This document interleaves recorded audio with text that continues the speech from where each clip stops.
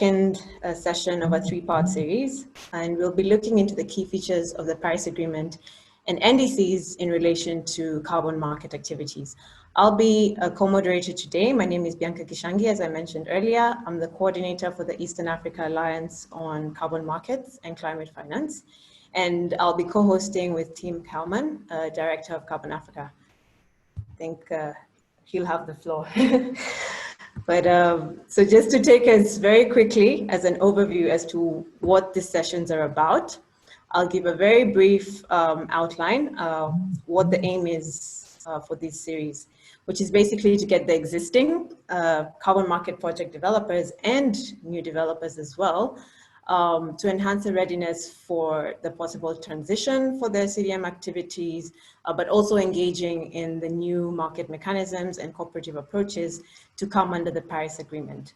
So with that in mind, the first session we had on Monday looked into carbon market engagement. So carbon market status globally from a perspective of negotiations. As you know, Article 6 of the Paris Agreement is where carbon market negotiated, and it is the only article that directly references the private sector, which is why it's really relevant to understand it to give a good context of where we are globally.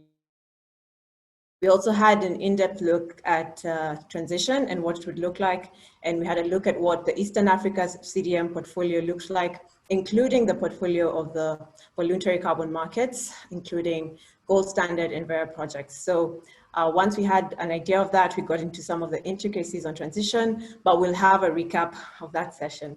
Today, we'll look at now the intricacies of the Paris Agreement and NDCs and how they play with carbon markets, because as you know, the Paris Agreement is different from the Kyoto Protocol in the sense that it is bottom up. So countries countries that have signed up to the Paris Agreement have agreed to submit national plans known as the NDCs, the National Determined Contributions, on how they aim to achieve lowering their emissions and enhancing resilience. So we're going to look into what it means for markets in today. And then lastly, we'll be looking at pilot activities that have already commenced, despite there not being a decision on Article 6 just yet.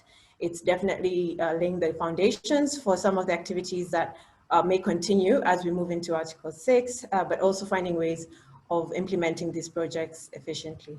So with that, I'll just give a very brief recap of what we did on day one. And we had speakers, very knowledgeable speakers from the UK government and the UNFCCC that gave us an outline of what's really happening at the forefront of the negotiations. And from the UK government, one of the messages that we got was that there are preparations still ongoing despite the pandemic that's happening. And there's a very strong commitment for the incoming presidency to have a balanced and inclusive outcome, including for Article 6. And this needs to be cognizant of the priorities of the region in which they're doing a lot of the stakeholder. For our region, Eastern Africa, we know that enhancing resilience is really key, and as well as accessing climate finance for implementation of NDCs. So all this is definitely being incorporated on our journey to COP26 next year. And also from the UNFCCC side, it was really highlighted that there has been progress in a lot of different areas, but there's still significant areas of contention, such as with avoiding double counting, with transition, with share of proceeds. But there is a lot of dialogue that's still ongoing, informal consultation. There'll be a lot of political and technical initiatives that are required to get an outcome at COP21. But all in all, the takeaway message, at least that I got from these two presentations, was that Article 6 decisions are really important because they're really going to catalyze global action to see real impact on a large scale. So especially in the area of potential cooperative approaches. So with that, I'll hand over to Tim, who will be co-moderating as well today, to take us through the remaining recap for day one. Yeah. Thanks, Bianca, and hi to everybody. Indeed, just very quickly, as Bianca's already gone through the kind of three discussion areas that we were looking at. So after the negotiations input yesterday, look at transition, and yeah, maybe more we were looking at what happens to existing. So those assets, what could potentially happen, and over 25 million emission reductions that have been issued across the region, both under the CDM and the voluntary carbon markets. That is, yeah, well in excess of 500 activities. That's standalone activities, programmatic activities, and also those activities, the CPAs in the CDM terminology, that sit under the programs, which have seen quite a lot of interest and uptake in the last couple of years, or last few years, shall I say, across the region. However, a strong caveat to that is that a lot of the potential remains in the pipeline. So it's kind of unaccessed emission reduction potential. And that's why this transition and the implementation of Article 6 is of great interest to those asset owners, but also the region in general. Then from there, we went and had a very good presentation from Puramal from the UNFCCC, who kindly took some time out of his busy schedule away from the executive board meeting that's ongoing. And in my view, successfully broke down the current situation and negotiations in relation to the transition into three accessible chunks. So not to treat the transition as one whole entity, even though those elements are very much connected. But he broke it down into the infrastructure. So is there going to be a transition of the registry, the methodologies, etc. Then he gave us the activities, which are those programs and those projects that I spoke about. And then he also spoke about the units, so the actual emission reductions that come under those projects. I'm paraphrasing, so please don't quote me on this, but the understanding was that the first two, there's kind of a general agreement carrying some of those elements across as long as they are fit for purpose under the Paris Agreement context. And it's the third one, the units, that is causing quite a bit of discussion at the negotiations. But again, I'm simplifying a very complex topic, so yeah, don't quote me on that at all. The second one, but there were assurances that CERs will be issued through until the end of this year as a minimum, and hopefully beyond that time frame. But that was clearly stated that this is a certainty up until the end of the year at the very least. Then Stefan Hock, who will speak shortly again today, from Perspective, mentioned many things, but just highlight one thing, was that this is a live situation. So we're talking about a road to Glasgow, where these components are being negotiated, but also this is being played out at the CDM executive board level. And additionally to that, we'll see that also the voluntary carbon standards as well, who will speak this afternoon. This is a live discussion that is ongoing, and it's one that people should be quite closely with requests for review and other things coming at the executive board level. So this is a live conversation. And lastly, we heard a little bit from the developers around their clear desire to have a positive signal, to get an understanding of what their asset means, how their Kyoto Protocol asset can be carried across to the Paris Agreement. And clearly this has business case and investment decisions that are already being felt in the market, of course. So I think I'll hand back to you there, Bianca.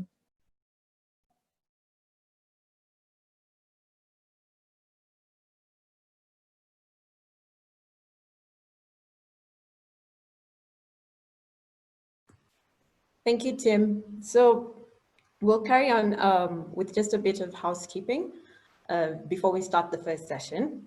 And for all audio, kindly mute.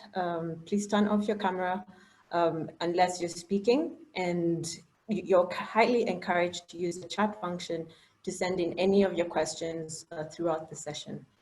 Please mention your name and the presenter to whom that, no, please mention the presenter to whom your question is directed, as the session will have multiple speakers. So as mentioned earlier, the presentations will be made. So just before we start, we're going to do a very, very quick participant poll, and I'll hand over to Ruth, who will just take us through this very quickly before we start. Yeah, thank you, Bianca, and good afternoon, everyone, and welcome to our webinar. We would like to run a very short poll question just to get a good overview of our audience. I hope you will see the first question on your screen. Our first question is, where are you joining us from today?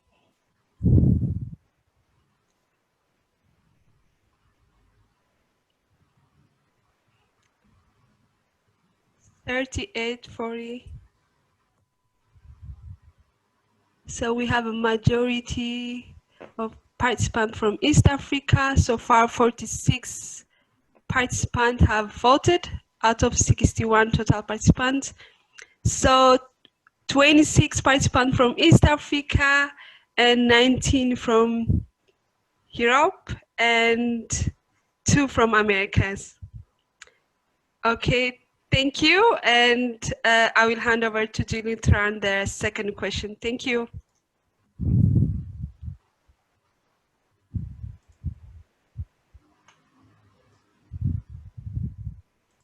I'm just sharing a screen of the results as we receive them. So I hope everyone can see that. And then I'll take you through the second question. So we're asking how many, I hope everyone can see this. We're asking how many years of experience do you have in the carbon markets, in the carbon asset development sector? Thank you for all your answers. I'm seeing quite a number of you are answering. We have 48% participation, 70%. Encourage everyone to take part if you're able to see the poll questions. If you're able to, please take part in the poll. We have 74% participation.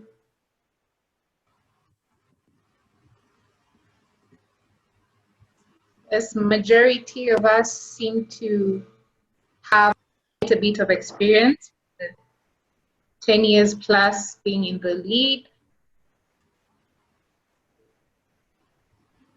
Okay. We have 83% participation in the poll. So I think I can stop there and share the results with you.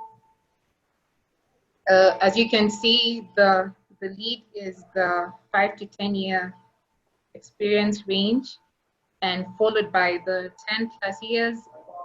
Then third, we have less than 2 years having been in this sector. So we have quite an interesting mix of audience. And thank you again for taking part. Now I'll to continue with the rest of the session. Thank you, Julie. I do agree that's a very interesting mix, and we do welcome new participants. Much to learn as well as we move on today. So thank you very much for participating in the poll. Tim, I'd like to hand over to Tim, who will kindly take us through what is going on in depth today so that we can really see the flow of how the different discussions will move into the other. And then we'll head straight into the first presentations. Yeah, thank you, Tim. Thanks again, Bianca. And yeah, indeed, there's a fair few people with over 10 years experience. So hopefully we can draw on some of that experience today. So it's my job just to quickly walk you through the agenda for today. So again, the focus is on Paris Agreement. So if we look at yesterday, there was much more of a focus on existing assets across the Paris Agreement. Today is a little bit more focused on certainly taking those assets forward, but also looking at kind of new assets underneath the Paris Agreement. and based on the NDC context, how those assets will different, how they will be treated differently from the Kyoto Protocol experiences that some of you may have. So the first, we've gone through a brief introduction. Hopefully the recap was useful in reminding us of what was discussed on Monday. And we're going to have two sessions today. The first is a couple of PowerPoints just to ensure that the core ideas are understood. The first from Bernd from the UNFCCC, so he's kindly joining us today from Germany to give some input. And he's going to talk about the fundamentals of the Paris Agreement and the importance of the NDCs as the kind of governing policy structure inside host countries that then feeds into the international process at the Paris Agreement level. And the reason for sharing that information is that these are now fundamental kind of policy documents also for practitioners and for developers to have a grasp of and to understand what they mean to their projects and their programs and their businesses, of course. And then Stefan will dive a little bit deeper from Perspectives. Sorry, Stefan Hock, Managing Director of Perspectives. We'll dive a little bit more into the concept of correspondence, this concept of how tracking and trading of emission reductions moving forward will be treated a little bit differently, certainly from host countries within the Eastern African context. And then we'll open up for question and answers. And of course, as Bianca said, please feel free to send your questions at any time through the chat. And we'll also endeavour to pass the microphone to a couple of people to hear some voices from the floor during the course of this couple of hours as well. And then we'll change tack slightly and move into a panel. So there'll be no PowerPoints in that session. Myself, I'll be monitoring a panel with some distinguished panelists from Voluntary Standards. So there's two of the leading voluntary standards globally. I'm speaking about how they are preparing themselves for the Paris Agreement context. And then from the private sector developers themselves, from the PD Forum, a representative group of developers, a long-standing and well-established within the CDM care as well, a kind of well-known developer from the UK, but with a strong representation in Africa, in Nairobi. And then we'll go into a more kind of elaborate question and answer session, which will be run by our colleagues at GIZ, Masida, and then we'll close and we'll endeavour to stay on the 2 hours as we successfully did yesterday. So I think back to you, Bianca.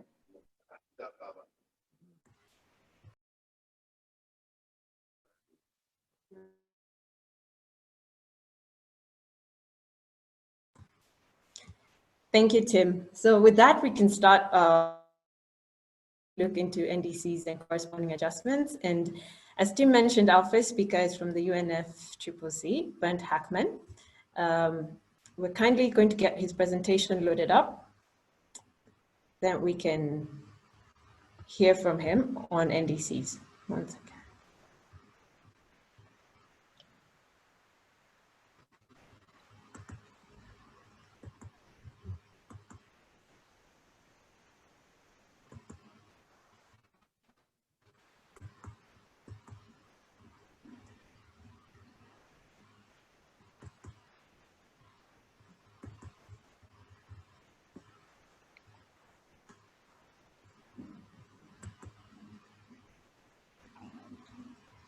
Bernd, yes. Kindly turn your camera on for. Should I? Exactly, yes. That was my question. Yes, Thanks so yes. much. Thank you. Thanks so much, Bianca, and also Tim for introducing me, our work, but also for first of all giving us the opportunity to come back in again on and providing some informational overview here. I think it's a very, very important meeting, and I think it's important to to on one hand discuss what is there in the future, but also on the other hand really go a little bit into the details around the Paris Agreement, because I think you mentioned it already, changes the dynamics of how we actually approached also carbon markets as such, because we're now talking about a bottom-up approach, and therefore I think this bottom-up approach is captured in these NDCs, and therefore I think it is important in also a meeting like we are having here and this series of webinars to kind of bring this perspective in.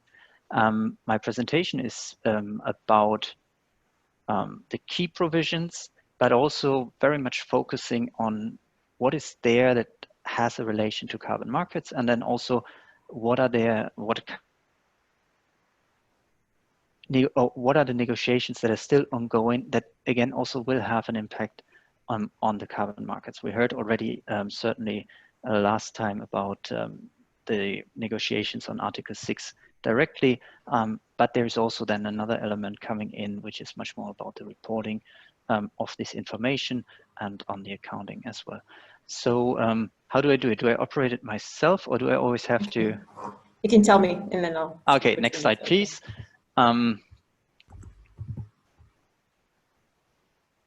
Okay, I very often start these kind of discussions by saying the NDCs, or the nationally determined contributions, are the centerpiece of the Paris Agreement. And actually they are also the key element that made this Paris Agreement work. And whereas the Paris Agreement is built bottom up, with many elements being nationally determined, there are flexibilities on reporting, there is a lot of room for countries to design their own approach. There's one critical element that is mandatory for everyone, and that is to prepare, communicate, and maintain successive national determined contributions. And that is, as you already mentioned, Bianca, the contribution that each country is putting forward in order to reach the overall objectives of the Paris Agreement. And I always like to start with this picture, what you see here. That is at the first day of the Paris Conference, and those are more than 180 heads of state, heads of government coming together. And what is remarkable about it is that these guys didn't come together at the end of the conference to shake hands, pat shoulders, and congratulate each other for the job well done. These guys actually came in the very beginning, and what they wanted to show and the direction they wanted to give everyone out there is that we want the Paris Agreement. We want all together go in this one new direction. We want to reduce our emissions. We want to get on a low emission pathway. We want to enhance our resilience, and we want to change also financial flows towards something much more greener, much more sustainable. And I think this is very, very important, because you see this goes beyond just an environmental agreement. It actually touches upon real development issues in all of these countries, because it's something you need to do. One of the reasons they came also together and they had this idea of the INDC, the intended national determined contribution, is to avoid a free riders problem, to make sure that everyone is contributing their fair share. Next slide, please. So when we see that these national determined contributions are this critical element, we also noted right away that what we have on the table prior to Paris and what we have on the table now is not enough. Therefore, the agreement itself establishes, I would call it an ambition cycle, or a process that enables us over time to reach the objectives of the agreement. So therefore, it is mandatory for every country to submit an NDC, to prepare an NDC, submit it, implement it then, and after 5 years to communicate something new that is better than the old one. And exactly this kind of delta, this kind of increasement between the last one and the new one will determine the speed with which we are kind of getting closer, or we are achieving the objectives of the agreement, mainly the temperature target and the adaptation action. And now what is critical then also again for carbon markets is that it's built on two main elements. One is the progression I meant, and the other one is ambition. Each country its highest possible ambition. Because if countries are holding back ambition, we are not getting in this, we can't turn this spiral at a speed that is required for us to reach the objectives of the agreement on time. But you see already there's a lot of responsibility with the countries, there's a lot of self-determination. So therefore the Paris Agreement also builds in a kind of feedback mechanism. So every 5 years, all countries come back together under what is called the global stocktake, and they look at where are we vis-a-vis our global objectives. Are we there yet? And if not, what do we need to do? How do we get there?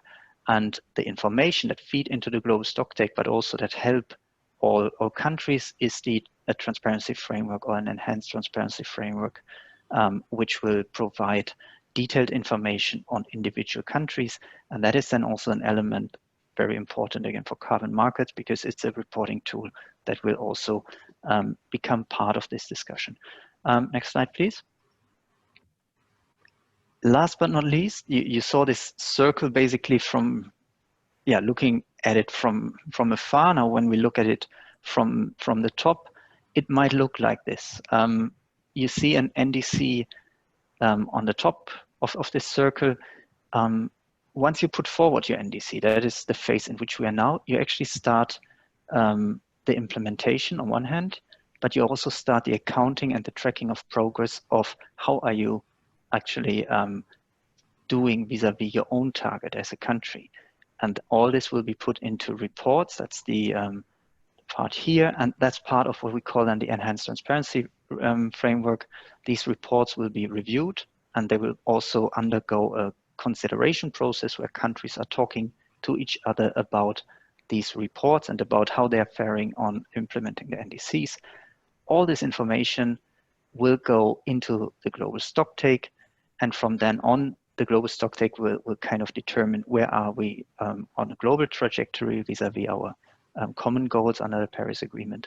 And then the result from there will inform the next round of NDC. So that means an NDC is also nothing new, nothing that is just happening once in a while, continuously happening every 5 years, where countries have to get together and also provide more or a better NDC every 5 years. So that again has an impact also on carbon markets. And I think Stefan in his next presentation will discuss this, because it's also about countries need to improve their own mitigation aspects and adaptation activities in their country. So it's not like before a kind of one-off. I have one target for one time, or like under the Kyoto Protocol, where only 1/2 of the countries has a target. It is now something that everyone has, and everyone will need to improve over time on a very cyclical basis. Next slide, please. Okay, and we can go to the next, exactly. So now what we had so far is what is basically kind of the Paris Agreement and the core of the Paris Agreement. But we also had in Katowice 2 years back another decisive conference, another decisive COP, where most of the detailed rules and procedures for the Paris Agreement were agreed.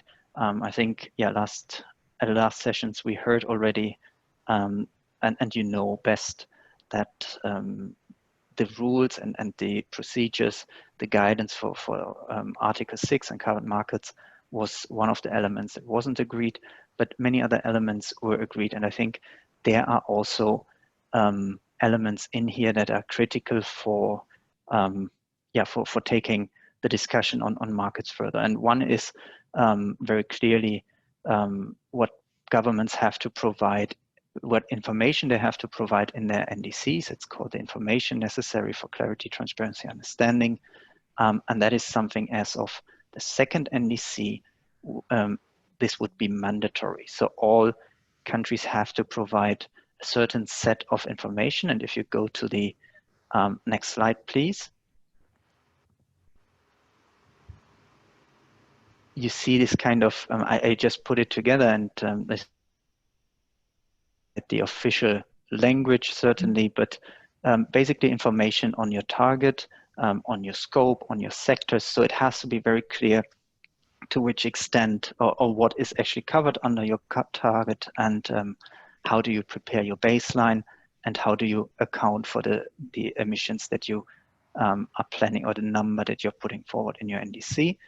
Next slide, please. We can skip that, because there was also additional guidance on accounting. And this is, again, how do you account for your NDC? How do you make sure that a ton is a ton and numbers are kind of comparable? And this is critical because NDCs, as the name is already saying, are nationally determined. So are also the targets in there. So they vary a lot. So what we saw is we have not one single form of targets, but all different kinds of different targets. Some are economy-wide, others are sectoral, others are not even looking at GG numbers, but are more qualitative or based on renewable energy uptake and so on.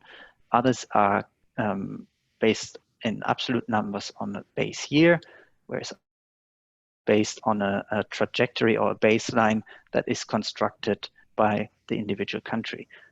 Therefore, these accounting rules are critical, and I would like to highlight one, that is the principle of the avoidance of double counting has been highlighted again in this specific guidance. And if you go, could you go to the next slide, please? And another element that was agreed is that what is called the tracking of progress, and something new. It is something where governments have to now not only put forward their targets in the NDCs, but then also start every 2 years, start a process of tracking this. How are we actually moving towards achieving our target? So that is done on the basis of indicators, but it is also done in most cases on details, or really based on the accounting and on the accounting of emissions. And it is very important, and that principles for accounting, but also for the tracking, is that there is some methodological consistency between the NDC preparation, the accounting for everything, and then also the inventory and the tracking of progress. And this is actually then where all of this is linked together, and this will be done every 2 years in what is called the biennial transparency reports, where every country every 2 years has to report on these activities. Next slide, please. We heard already that negotiations are still ongoing. No one exactly. And there are also many negotiation groups that are currently looking into how do we actually report all this information. So there is one negotiating track is looking into common reporting tables for the inventory. How do we report on the inventory? The next one is how do we report on the tracking of progress, on the progress we are making. That is where a lot of discussion is also linked to how do we actually get the information, or what kind of information should come out of the discussion under Article 6.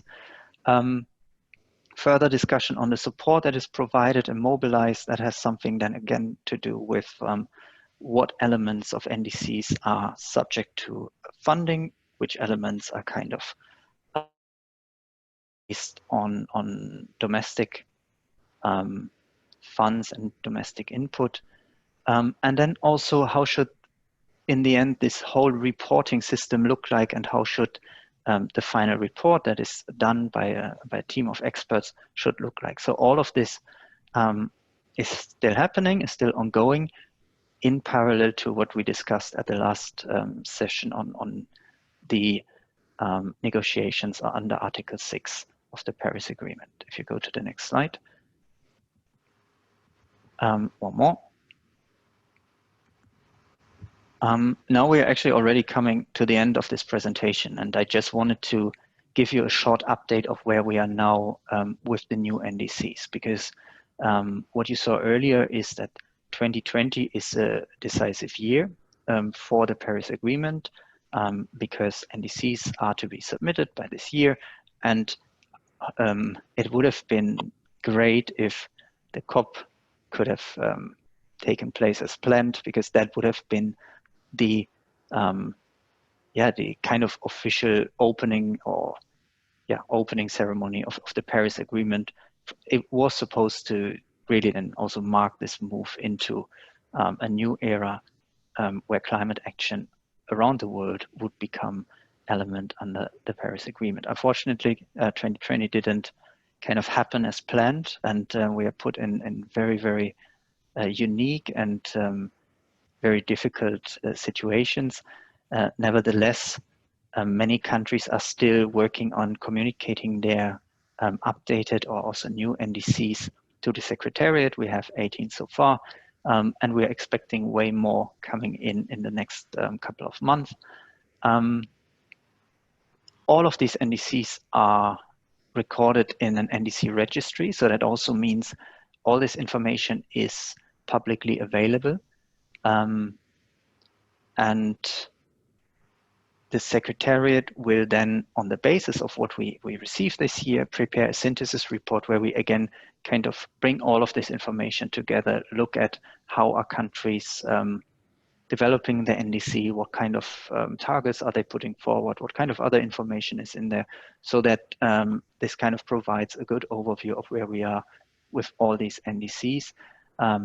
One last point I would like to make in this regard is that another important deadline is also in 2020, and that is the submission of long-term low-emission development strategies. That is something very often maybe a little bit overlooked when you talk always about NDCs, but these long-term strategies, governments are invited. They are not mandatory to communicate. They're invited to communicate them, and they very often provide a very strong signal for the future. They kind of provide the context or the long-term vision for an NDC. You have an NDC and a long-term vision, and then NDCs become often building blocks for reaching this long-term vision. Next slide, please.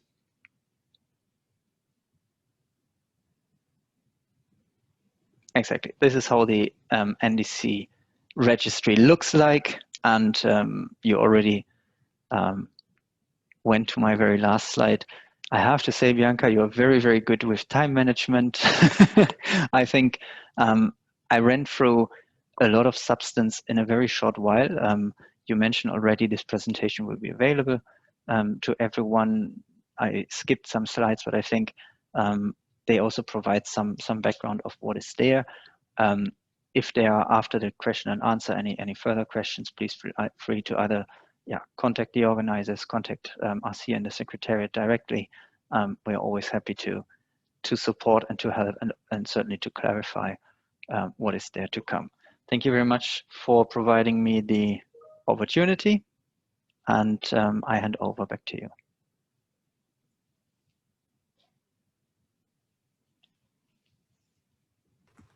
Thank you very much. Yes, indeed, there's a lot to cover in that whole presentation. I hope people have kept all those terms in mind. The timeframes, really important because they're also linked to national planning, national policies in place. Also, there have been a lot of updates going on at the moment. In Eastern Africa, Rwanda has submitted an update, while the other countries are also in the process of doing it. So we'll get into the Q&A session where we can delve into really the key issues out of that, like the issues with transparency and reporting. But before we do that, I'd like to welcome Stefan Hock, who's the Managing Director for Perspectives, who will now take us through the issue of corresponding adjustments, because just as Bernd has mentioned, one of the highlights of ensuring, we have to ensure that we avoid double counting through proper, to avoid double counting, and we need proper accounting measures in place. And one of the ways to do this is through corresponding adjustments. But I'll give it up to Stefan, who can explain in more detail what this means, especially for private sector practitioners. Yeah, thank you very much, Bianca, and also thank you very much, Bernd, for your presentation. I will now build on the preceding presentation and try to go one step deeper and try to break it down, on a more practical level. Bianca, next slide, please. Oh, sorry, Ruth, next slide. Yeah. So the first thing I want to flag, many of you are probably familiar with that, but still I thought it's an important introduction. Bernd has flagged the issue of double counting as an overarching concern, really, that has also led to this concept of corresponding adjustments being so prominent. So I did think it was good to start off by very quickly explaining that there are indeed different forms of double counting. And while I can't now explain this in much detail, I think there is relevant literature that could be consulted. But the main key differences that I think are relevant here are that, what we want to avoid is that for the same emission reduction of 1 ton of CO2 or equivalent, there would be several carbon credits or other certificates issued, so that we call double issuance. But there could also be only a single carbon credit and then another form of claiming a mitigation contribution, either to several NDCs or maybe to one NDC and then one, let's say, structure like a voluntary mitigation claim or the aviation mechanism, COSIA, etc. And in order to complicate it even further, of course, we don't only have certification of emission reductions that leads to carbon credits, but also now an increasing range of other forms of certified benefits for adaptation, for SDGs, and so on. And I think what we basically want to avoid is that the same activity gets subsidized multiple times. So this is another concern. Then the other form that we know is double use. That is relatively easy also to mitigate, that certificates get, let's say, shifted around in different registries. But these concepts explain a little bit why we need that infrastructure, in particular the registries and the accounting rules that we already talked about last time. Next slide. Good, but now a bit more in detail on the corresponding adjustments. I really stay at the relatively introductory level, but still thought it's good to visualize a bit what it means. Some of you may be familiar with such graphs also from the CDM and how emission reductions took place at the project level. But it's really important to understand that an NDC, both by developing and developed countries, by seller and buyer countries, are having greenhouse gas emission inventories associated with them and corresponding emissions balances. And so what you see here is in these two slides, before and after the transfer and then corresponding adjustment, is an available mitigation volume that you see in the seller country NDC that's marked here in orange on the left-hand side.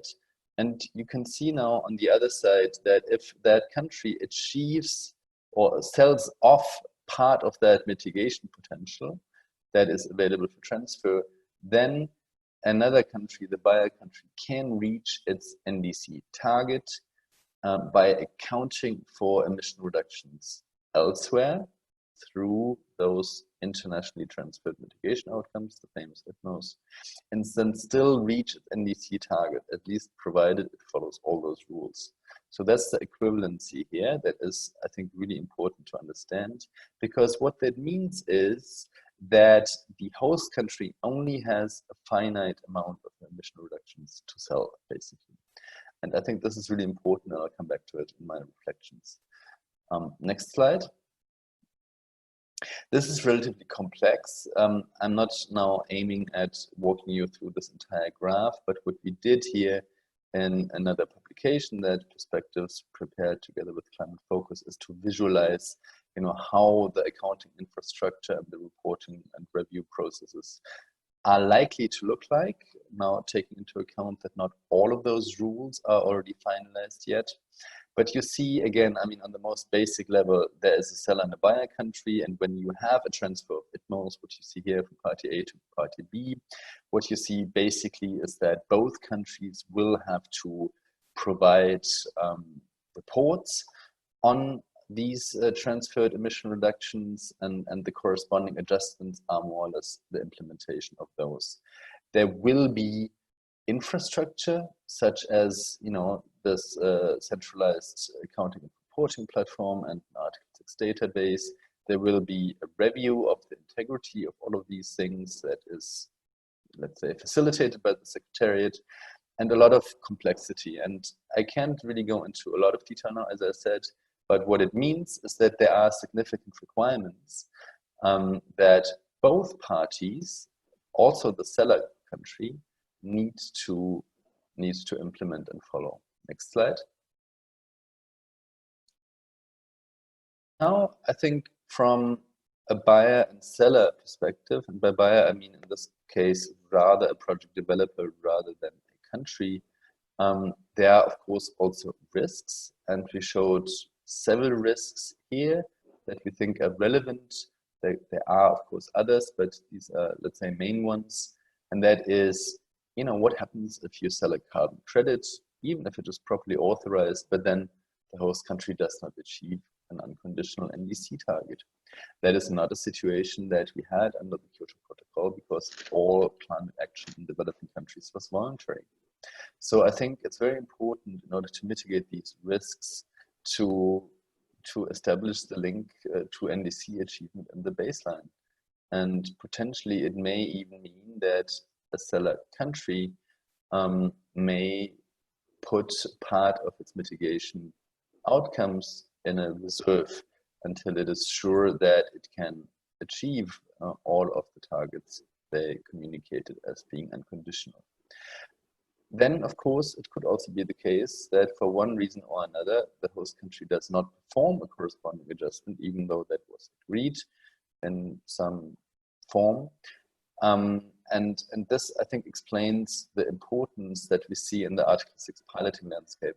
We'll get to that on Friday in a bit more detail, that there are often several layers now of Article 6 piloting, where you have bilateral agreements between the buyer and the seller party.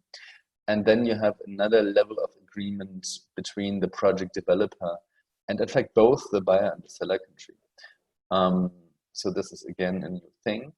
And it needs to be, you know, legally firm and robust.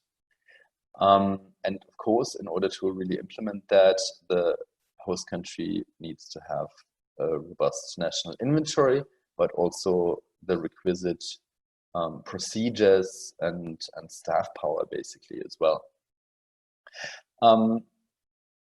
That was a bit too quick, but still it's fine, I think. I think the last thing I already mentioned, that there is a review function. And of course, there could be an ex post finding that a certain mitigation outcome didn't really follow all the procedures well, and what happens then, we need to see. Okay, so I also want to quickly, just very quickly, raise the issue of, you know, what does that mean for project eligibility? And it does lead to a, in my view, rather fundamental reinterpretation of what additionality means in an NDC world. So you may have noticed that in the language of the negotiation text in Article 6, the design principles of the carbon market in part are rather similar to what we see under the Kyoto Protocol. For instance, there is, you know, the condition that emissions should be real and verifiable and additional, etc. But at least certainly this additionality term, it gets a completely different meaning if both countries now have an NDC, and not all action in a developing country is considered voluntary, and there is no consequence basically of exporting the emission credits. So again, a relatively complex and also still tentative decision tree, because we learned on Monday the rules are not finalized yet, and we need to sort of, we can only anticipate how the final design looks like. But if you just assume now that, you know, an emission activity is covered by an NDC and it is found to comply with all the procedures, meaning it doesn't generate hot air, and we do think that also the activity is part of a conditional element, then I think one already has a relatively good likelihood that the activity is conditional. But if it's not, if it is part of the unconditional element, then I think it would be very hard to argue that this specific activity should be eligible for a carbon market activity, because the host country has basically said they can do this activity with their own, with domestic means, without a international support, for instance, from carbon markets. Now, that does not exclude, of course, domestic carbon market activities, but it certainly restricts the eligibility for more transfers. Next and final slide, please. Good. So what does this all mean? I recognize this is partially abstract and sometimes also slightly esoteric, and apologies for that, but it is a complex matter. What I do want to really say quite clearly is they are currently still unclear because we don't have a final set of rules. I do think that this technical implementation of corresponding adjustments is quite likely to be resolved over time. I think it will become a relatively standardized process after some initial teething problems. But what it clearly also means is that developing countries need to have capacity and infrastructure at a different order of magnitude. And the question now is, of course, you know, what are the resources available for countries to develop those before even being able to participate in Article 6? And given the history of the carbon market, of course, it's a question that decision makers need to ask. Do we now invest in this infrastructure, and how far do we need to go, being uncertain what the benefits will be? And more, in order to complicate this a bit further, I think what's not really fully understood yet is that this new landscape, it fundamentally transforms the incentive structure in the global carbon market. Maybe not in the first 1 or 2 or 5 years now of these periods, but given, as Bernd has said, this is a long-term process that will lead to increasing ambitions over many years. It's clear that countries don't have an interest to sell their cheapest mitigation options anymore, but rather to keep those for their own domestic contribution, and rather, if they really want to promote ambition, they should actually incentivize the high cost mitigation options. What that means for willingness to pay, we don't know yet, but it's quite clear that this is something that we don't really see yet in very early stage of Article 6 piloting. I already spoke about additionality, so skip that now. And the only thing that maybe I should point out is that I think the next session will also be really quite interesting, because while we don't have rules what the scope of Article 6 will be in the future, I think the voluntary carbon market developments and decisions being taken by those standards already give us a glimpse of the direction this goes. So I think this is really quite exciting, and it confirms again that the voluntary carbon market space is a really interesting source of you know, trying out things and trying to set direction ahead of the slower pace of the multilateral process.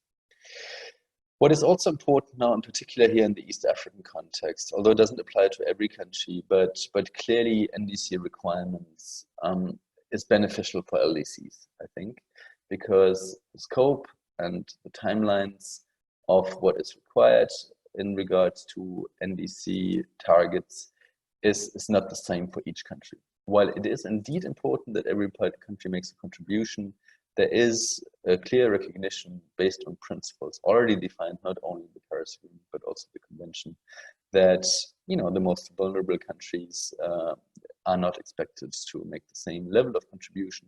And I think what that will lead to is that, similar to the current phase we're in, there may be some preferential treatment for LDCs because they're allowed a higher share of conditional elements, etc. So I think that's really quite exciting now, specifically for this region.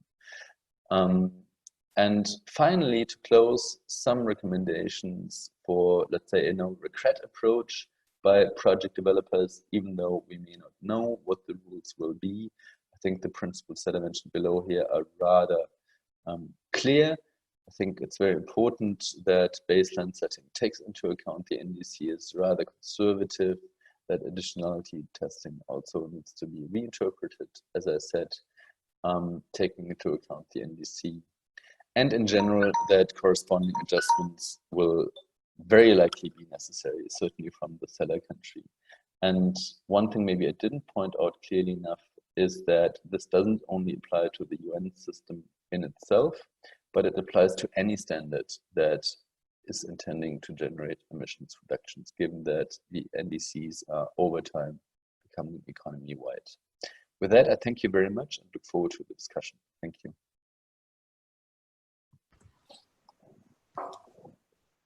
Thank you very much. A lot to cover in such a short time, but thank you very much. And yes, for those asking, the presentation's definitely available. And this then brings us into the Q&A session because there's a lot of, as we can see, nothing is set just yet, but as Stefan is saying, it's a process in trying to, but I'll start off with, there was a question from him, UNDP. So I'll just read it out to him. And the question goes, due to COVID-19, many countries are not able to submit their NDCs by. Is there flexibility for countries to submit their NDCs in 2021? Would this? That's from Gloria of UNDP. Yes. Thank you so much. Thanks, Gloria, for the question. I think that is a question we get a lot. And you won't get a very clear answer from my side, but I assume you will be able to read between the lines. The decision to communicate NDCs by 2020 is a decision that governments take for themselves. So it's not the UN saying you have to do this or that, but it is the COP, and in this case the CMA, no, in that case it was the COP, that decides these kind of dates on a consensus basis. There was then no decision to change these dates. However, I think everyone recognizes the special situation we are in all around the world. We are seeing that countries try to communicate NDCs by this time, but it is also very obvious that many have different priorities at the moment than preparing or finalizing the NDCs. Very often really being provided because also people who are supporting the preparation of NDCs are not allowed to travel and all of this. Therefore, I think the Secretariat is not in a position to say, oh, the new deadline is as follows. And since there is also no COP, the parties are not in a position to do the same. And I think this is kind of the area we are working in. We know that many countries will submit later. The NDC synthesis report, and I think that was last month, the Executive Secretary of the UNFCCC was sending out a notification to all parties saying, we will prepare the synthesis report, we will publish it 28th of February, including all the NDCs that have been communicated by 31st of December, so the end of this year. However, given the current situation, we will prepare an update of this synthesis report closer to the COP next year, 2021 in Glasgow. I think that's all I can say for now, but I also think that's more or less clear. Thank you. Thank you, Bernd. We do have another question for Stefan in regard to his last presentation. So activities are not so clearly in conditional versus non-conditional NDCs.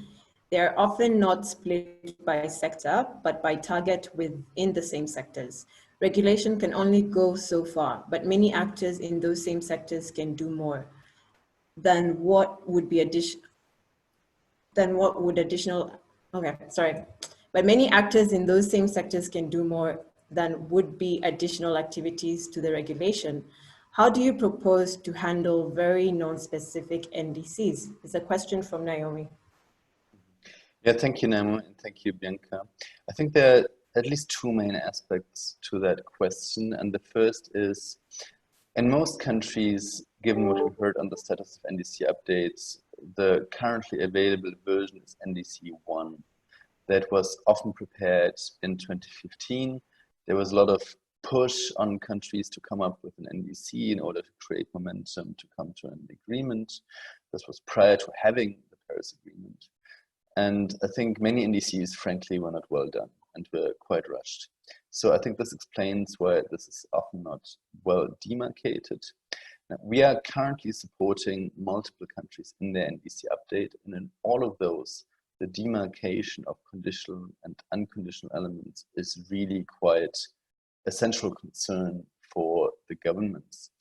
And so that as updated NDCs are coming in, that situation is improving. I think it will still not be, sufficiently clear, at least for some activities. And in that case, I think we need to, now refine our operationalization of testing this new understanding of additionality. And in my view, quite clearly, often the NDCs are too superficial, too high level, too unspecific to clearly establish the additionality of a certain activity or technology. And therefore, we need to be quite careful about the approaches we use to test additionality. Again, we don't have much experience with that yet because we're just moving into this world. And but I do think that will be a focus of attention that I would recommend to focus quite strongly on. Thank you, Stefan. Just very quickly, in addition to your response, there's a question from Sarah. Is there concern about perverse incentives in the process of delineating conditional and unconditional commitments in terms of raising ambition? That's a big question, but yeah. Yeah, it's a big question. Thank you for that. Just quickly, of course, that concern is on everyone's mind, and we did have, this discussion about hot air in the Kyoto commitment periods as well. So the concern here is really quite similar.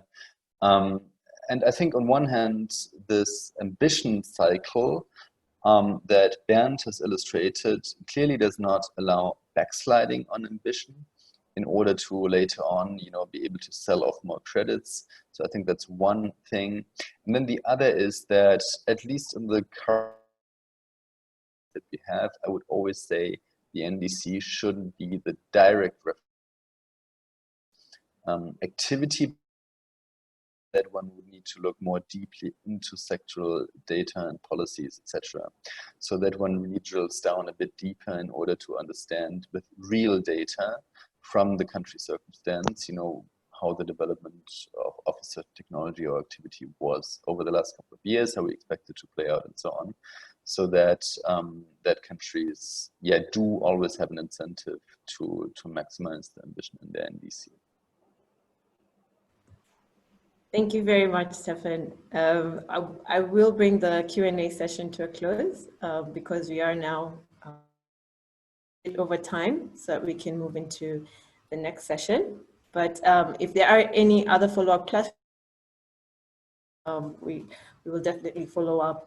And just before we start on the next session, I know this has been a bit intense. A lot of information has been shared, a lot of information to remember, to digest. So in the meantime, I'll just ask Ruth and Julie if we can run a very quick poll, just as a little break while we set up for the next presentation.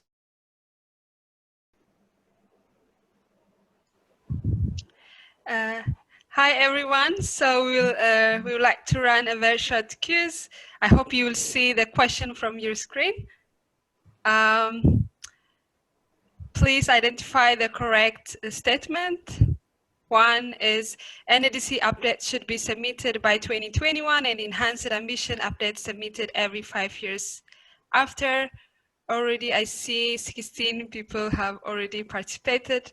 And yeah, the second one is NADC updates should be submitted by 2020 and enhanced ambition updates submitted every 5 years after.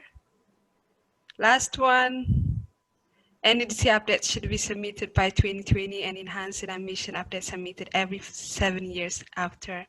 This question is based on our previous presentation. So I see 38 people have 40 people participated and 8 participants voted for number 1. 33, the majority of you voted for number 2, and yeah, 0 participant voted for number 3, of course, and the correct answer is 2. Thank you for your active participation. By this, I will end the poll question. The floor is yours, Bianca. Thank you very much, Ruth. Well done to those who got the answer, who've been listening. So right now, I'd like to hand over to Tim, who will then take us to the next session. Okay, thanks, Bianca. And if we run the same thing on Friday, maybe we should add a phone a friend option just in case for some people. Okay, yes. So yeah, we're a little bit behind schedule, so I'll run a little bit quickly through this. But yeah, this is PowerPoint Lite, so we're going into more of a panel setting now. So I just ask our 4 panelists to also turn on their videos and show themselves, reveal themselves to the room. And then we'll dive straight into the questions. So, as I mentioned before, this is a bit more focused around the voluntary carbon market. And we have 2 speakers who are representing voluntary carbon standards who are joining us today, and then 2 on the private sector developer side. So I'll just introduce maybe them as they speak. So Naomi, given that you asked the question or were vocal through the Q&A session, maybe we can start with you. If you could, I don't know if anyone has turned their video on. I'm not seeing people here. Yes, okay, everyone is live now. So Naomi, who's representing, is the Chief Program Officer, sorry, of Vera, I'll ask you a couple of questions. So firstly, please feel free to quickly introduce Vera for those people who are not familiar with your institution. And then secondly, yeah, I think we've said 3 kind of practical steps that Vera is taking to prepare themselves to be a standard operational under the Paris Agreement, if that is clear enough.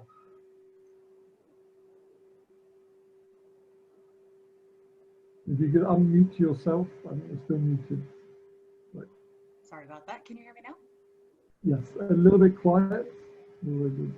Yeah, I'm sorry. I'll try to speak up. I'm having some difficulties with my microphone. Great. Well, thank you very much for the opportunity to speak this morning. I want to say just a few words about Vera first. We are the largest standard in voluntary carbon markets. Vera is an organization that runs a number of different standards. Mostly today, I'll obviously be talking about the VCS, or the Verified Carbon Standards. We also run a couple of others, the Climate Community and Biodiversity Standard and the Sustainable Development Verified Impact Standard. Those are often combined with our carbon standard in order to quantify and verify the SDG impacts that these kinds of projects have. So in total, we have more than 1,600 projects issued, projects in our 95 million VCUs that have been issued, which is the equivalent of taking 107 million cars off the road for a year. Briefly, just in Africa, we have projects in 25 countries across the continent, a total of 119 of them, and about 60% of those are in the agriculture and forestry, I think, to make this more relevant. To answer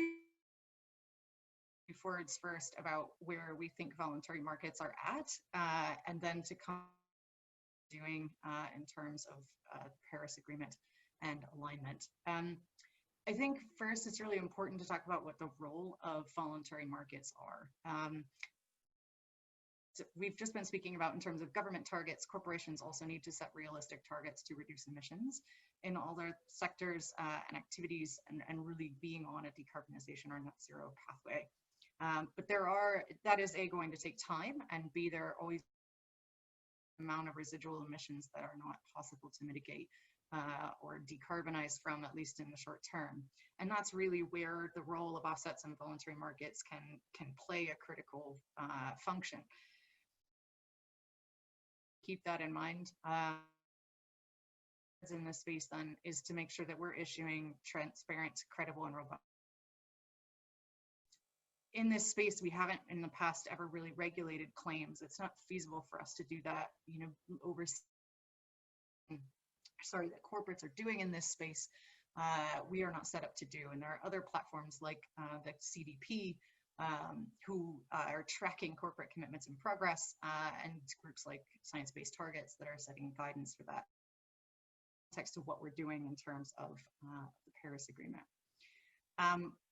Voluntary markets are also still scaling, and they're scaling rapidly. We're seeing commitments kept from airlines, and they are expanding very rapidly in the tech space, oil and gas, and banking and finance, to a degree that I think shows that these markets have the potential to scale, and they have the potential to drive significant finance as long as we can design things in a way that actually helps that finance flow. And I think that's really important to be thinking about in terms of how voluntary markets adapt to and function in the context of the Paris Agreement. Just one last point on that, you know, the line between voluntary no longer so clear. The VCS is now recognized under CORSIA. It is also recognized in domestic compliance systems in South Africa and Colombia, and under consideration in a number of other locations. So we have to be careful that we're also designing things to function in these multiple markets. So to answer the question of what are we doing, essentially there are now a range of different markets, each with their own set of rules. So CORSIA, the airline aviation set of policies with respect to what units are allowed in that. Article 6 obviously has its own set of rules and procedures that we've just heard a little bit about. So make sure that we're able to provide units that clearly meet the rules of our different range of markets. In the context of Article 6 trades, where a unit is moving from country to country, it's very clear that does require a corresponding adjustment. Voluntary markets are less clear. We have just released a public consultation on all of this.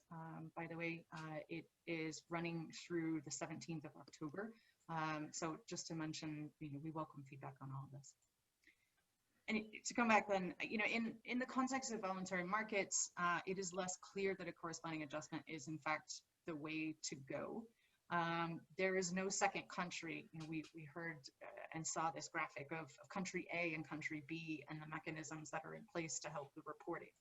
In a voluntary market, there's no country B.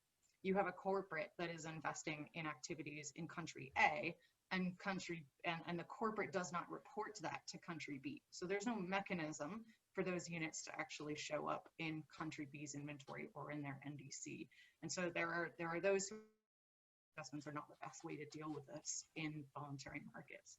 I'd be happy to get into more of the detail of that if people have questions. At the end of the day, voluntary markets then have a different range of motivations and claims that are desired. Some companies are within a domestic market and therefore clearly do not need a corresponding adjustment.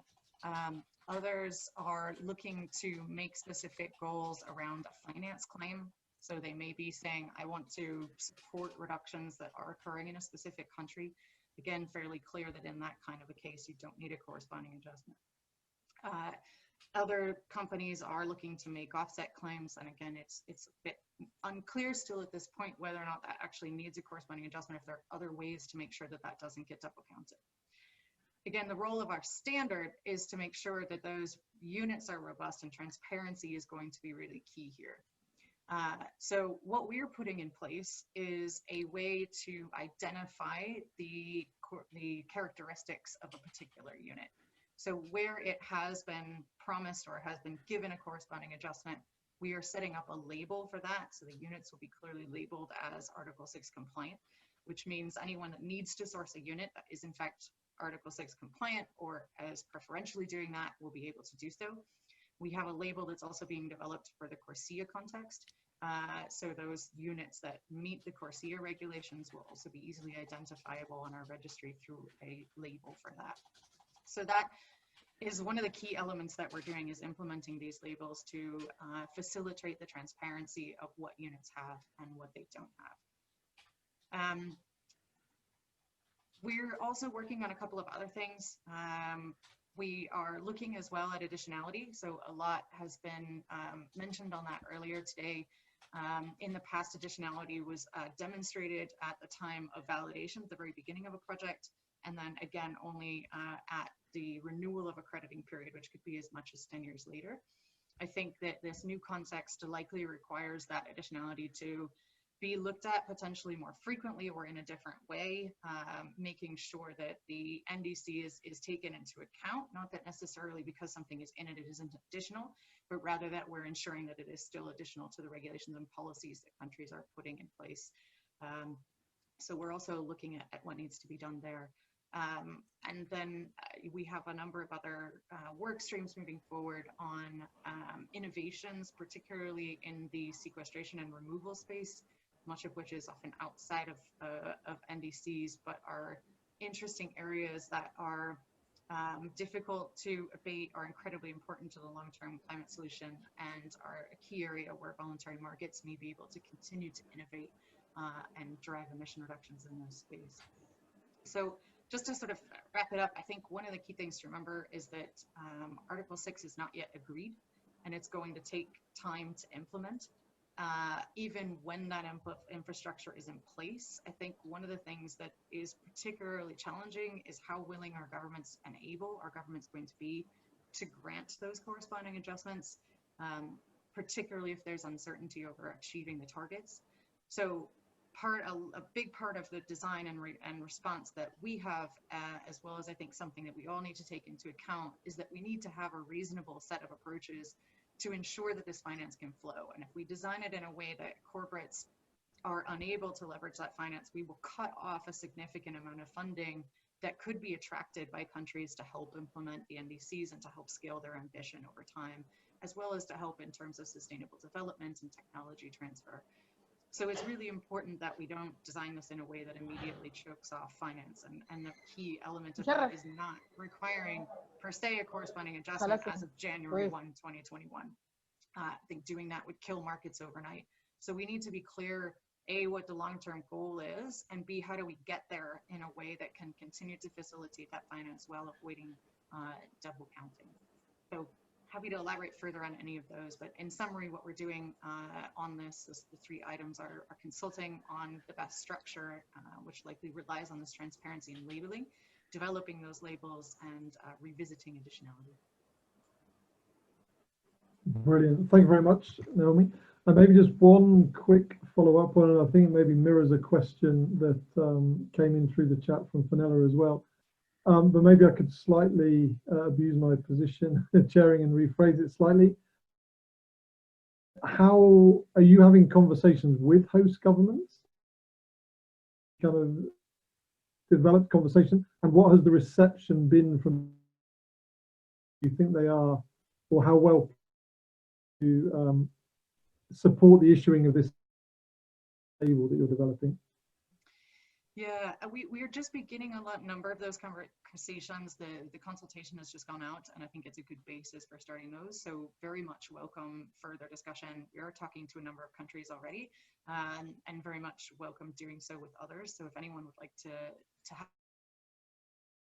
have, and the reception so far, I think, has been one of uncertainty. You know, what we've mostly heard from countries so far is that it's very difficult to move forward with the implementation of Article 6 rules for a couple of reasons. Number one, it is not clear what countries need to actually implement.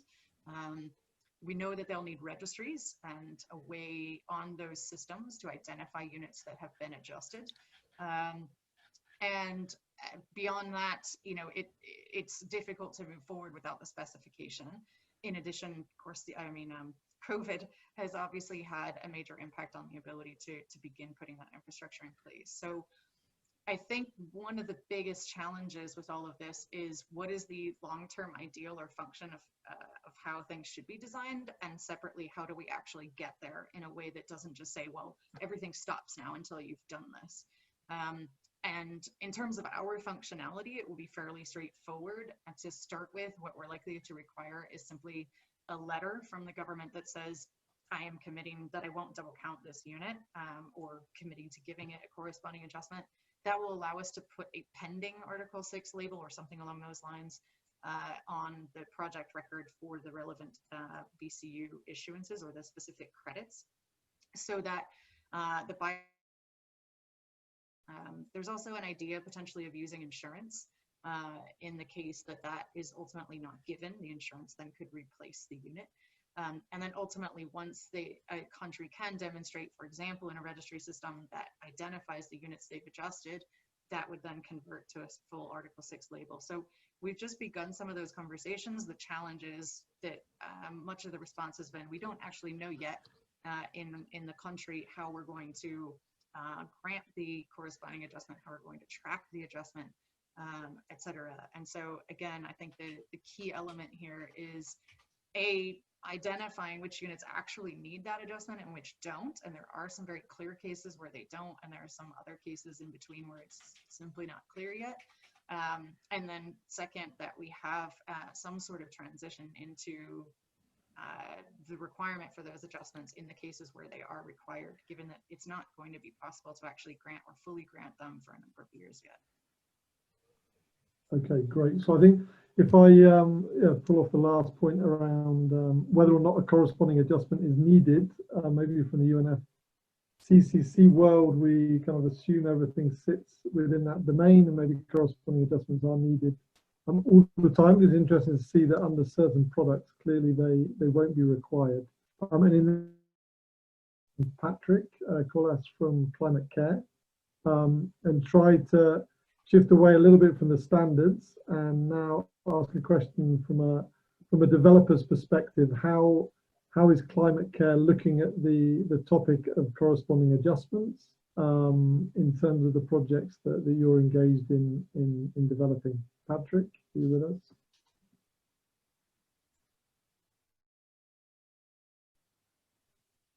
Yes, go ahead, Patrick. We can see. I think you're muted, I believe, or we can't hear you.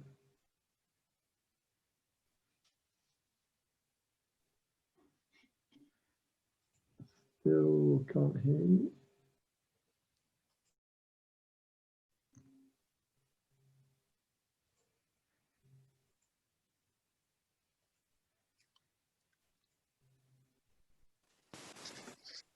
That sounds better.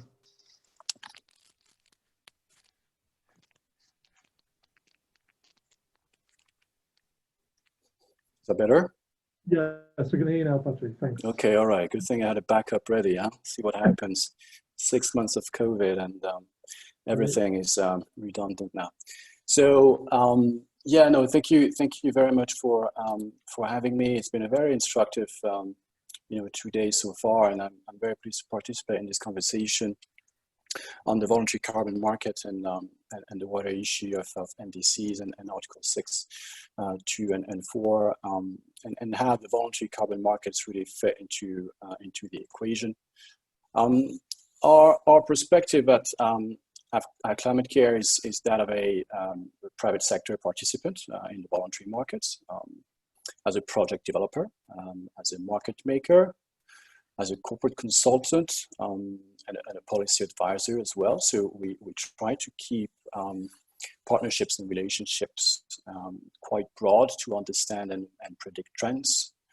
Having operated for more than 20 years now, we've seen our fair share of optimism and pessimism, as have participants present today, I'm sure.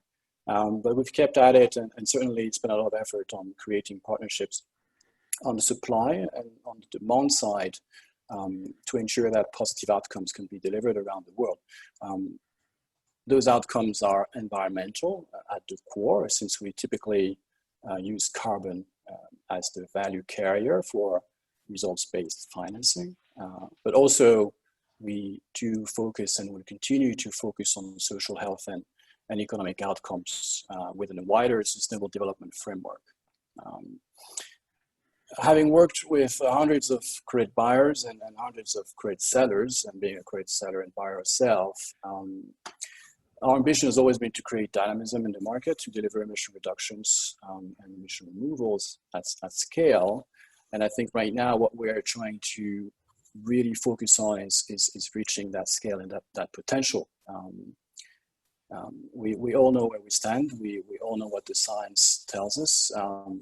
We can do the math and see that the current commitments at the national level have us on a path to 3 to perhaps 4 degrees of warming by 2100. So scale really is needed desperately. And what we're looking at with buyers in the market and such thing as the task force on scaling the voluntary carbon markets that was just announced earlier this month is to really provide momentum to reach that scale.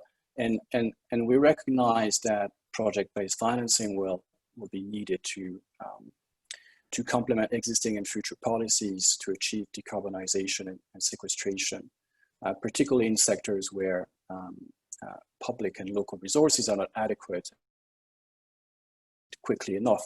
Stefan mentioned that before. The focus for us remains on looking at those opportunities in sectors that remain outside of NDCs for the voluntary carbon markets in least developed countries and developing countries, that will have perhaps more leeway and where a lot of opportunities for creating a framework for credible emission reductions and removals will be created. There is a lot to be done to reach net zero by 2050. Net emissions need to be abated by a significant amount, and we need to accelerate the pace of emission abatement across the board. We're looking at this gap between the 150 or so million tons that the voluntary standards currently issue per annum to the 20 to 25 gigatons per annum that must be realized in terms of emission abatement by 2030. And that growth in the voluntary carbon market we expect will be significant. But again, as Naomi just mentioned, we want to make sure that the uncertainty that we're currently facing as we go into the new phase and the new protocol will not be stifling. We've seen a lot of interest from the private sector over the past 18 to 24 months, and there's been a tremendous increase in action. As we are entering this more uncertain phase, we have to create those new paradigms since the incentive structure, as Stefan mentioned, of the new protocol has changed. And we need to reassure corporations that their net zero, their climate neutral commitments will be valid and will be valued.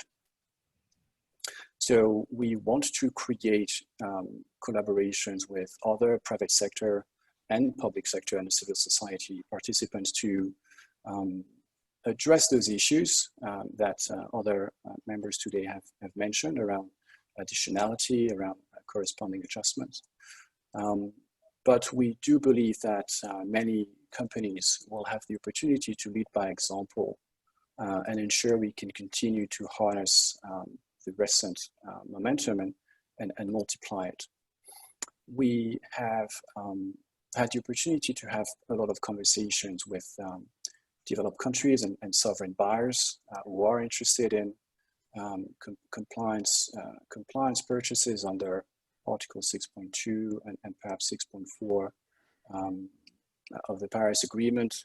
This will be obviously part of the solution. There will be regional, national, and sectoral carbon pricing mechanisms that will be implemented that will also allow project-based financing to be recognized and be included as a cost abatement measure. So we will also want to be involved in that and identify those early pilots and other pricing mechanisms that will be developed over the next 5 years. But overall, I think we see a lot of positive signals.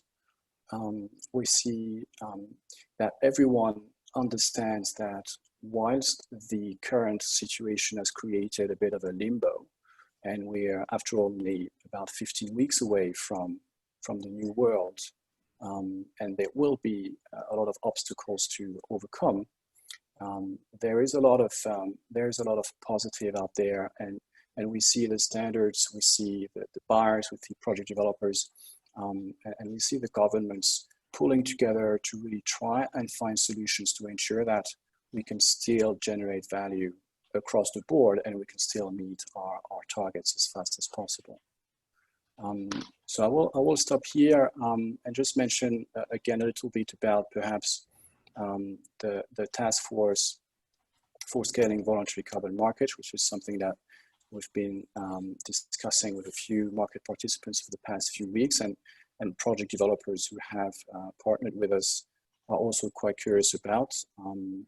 You may have seen that this is actually a fairly small group right now, but a group which is comprised of representatives of fairly large corporations and influential corporations, corporations with a history of responsibility, but also a history of commitment to climate action. Early meetings have occurred, and there will be more reports made publicly available in November and thereafter in January or early next year. But the ultimate aim is to really build a coalition that extends far beyond this initial group of 40-odd leaders to collaborate on scaling the market and scaling the demand, and obviously the corresponding supply of projects around the world. The task force wants to establish a blueprint and a roadmap to mobilize market actors to pursue actions to scale the market, and that will obviously include the standards and also groups like CDP, WRI, who establish standards of good practice and best practice for corporate action, so that we do act as a beacon for other companies out there to follow and compensate for their emission ultimately. In 2020, a pilot phase to be implemented that will be powered by commitments from fairly large European and American corporate buyers to generate early momentum, and again lead by example. So there are a lot of promise out there, and we are obviously working very hard with our partners on the supply side and on the demand side to create the synergies that will allow us to really perhaps set aside for a moment the complexity that might be created by the regulation and also by the issues around enforcing those regulations early on in the first 5 years. We expect that to happen so that we are not crippled by a perceived lack of clarity, but continue to generate a lot of positive momentum and reduce emissions at scale. Brilliant. Back to you. Brilliant. Yeah, thanks, Patrick. Yeah, thank goodness we got your mic working, because that was very informative, and the messaging overall is positive. If you allow me to crudely summarize, clearly there's a need, which you spelt out very clearly in terms of volumes and emission reductions that are needed at the global scale. And there is real interest from the world that you operate in for corporate buyers and others to secure emission reductions through this channel. Just the method around how the regulation around how that is to be achieved is, yeah, we can see is not quite ready, not quite out of the oven, but we're hoping that it moves towards a degree of clarity moving forwards. Sorry, that wasn't half as eloquently as you put it, but I'll now bring in Sven, who joins us also from Germany, I think. Sorry, from yes. Germany.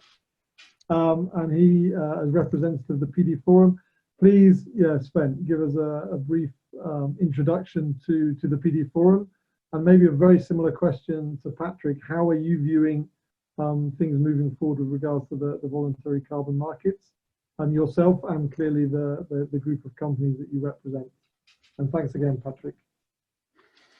Yeah, thank you for this invitation. Yeah, a few words to the Project Developer Forum. So we are, since the beginning of the carbon markets, we are representing the project developers from more technical side. So we are an observer organization at the UNFCCC and delivering input and reports mainly on technical issues, how the voluntary and compliance markets can properly work. So we currently have about 40 members, and we represent the project developers globally. So we have members in every region of this earth, and are quite well distributed all over the world. Regarding the corresponding adjustments and the development of the markets, so I think we have to clearly differentiate between the compliance market and the voluntary market. So Vera and Gold Standard, they have to prepare for the CORSIA and for other markets. And for these markets that are compliance markets, the corresponding adjustments are clearly needed. So if countries are involved and the ICAO and the IMO, the aviation sector and the maritime sector, they can be considered like countries because they are UN organizations. And if emission reductions are or offsets are used in these areas, then corresponding adjustments are needed. But on the other side, we have the voluntary market. And for this market where we have pure offsets for companies, for climate neutral travels, for climate neutral events, we think no corresponding adjustment are needed. So if a company invests in Germany, if I put a PV photovoltaics on my roof, the emissions from Germany are going down, but Germany will never have corresponding adjustments for this investment of my company here in Germany. So the same should happen if the same company is investing in Nairobi in a solar roof, then also Kenya's emissions go down. And in our opinion, for this, no corresponding adjustment is needed. So both cases for corporate investments have to be treated equally. And as long as Germany does not claim the emission reductions from the corporate investment in Kenya, so there's no need for these adjustments. And we also think that having this will increase ambition because additional possibilities beyond the NDCs can be explored, and additional finance can be achieved in countries like in East Africa for further emission reductions that are not covered by the existing NDCs. So currently the situation is quite difficult because the rules are not available due to the postponement of the COP26, and also the standards, like we heard from Vera and maybe we heard from Gold Standard later as well. So we have, as project developers, we have to observe the development, and so we are in this business quite a long time, and everything runs like it was before. The only difference now is that we really have to check the NDCs. So that is an additional work we have to do.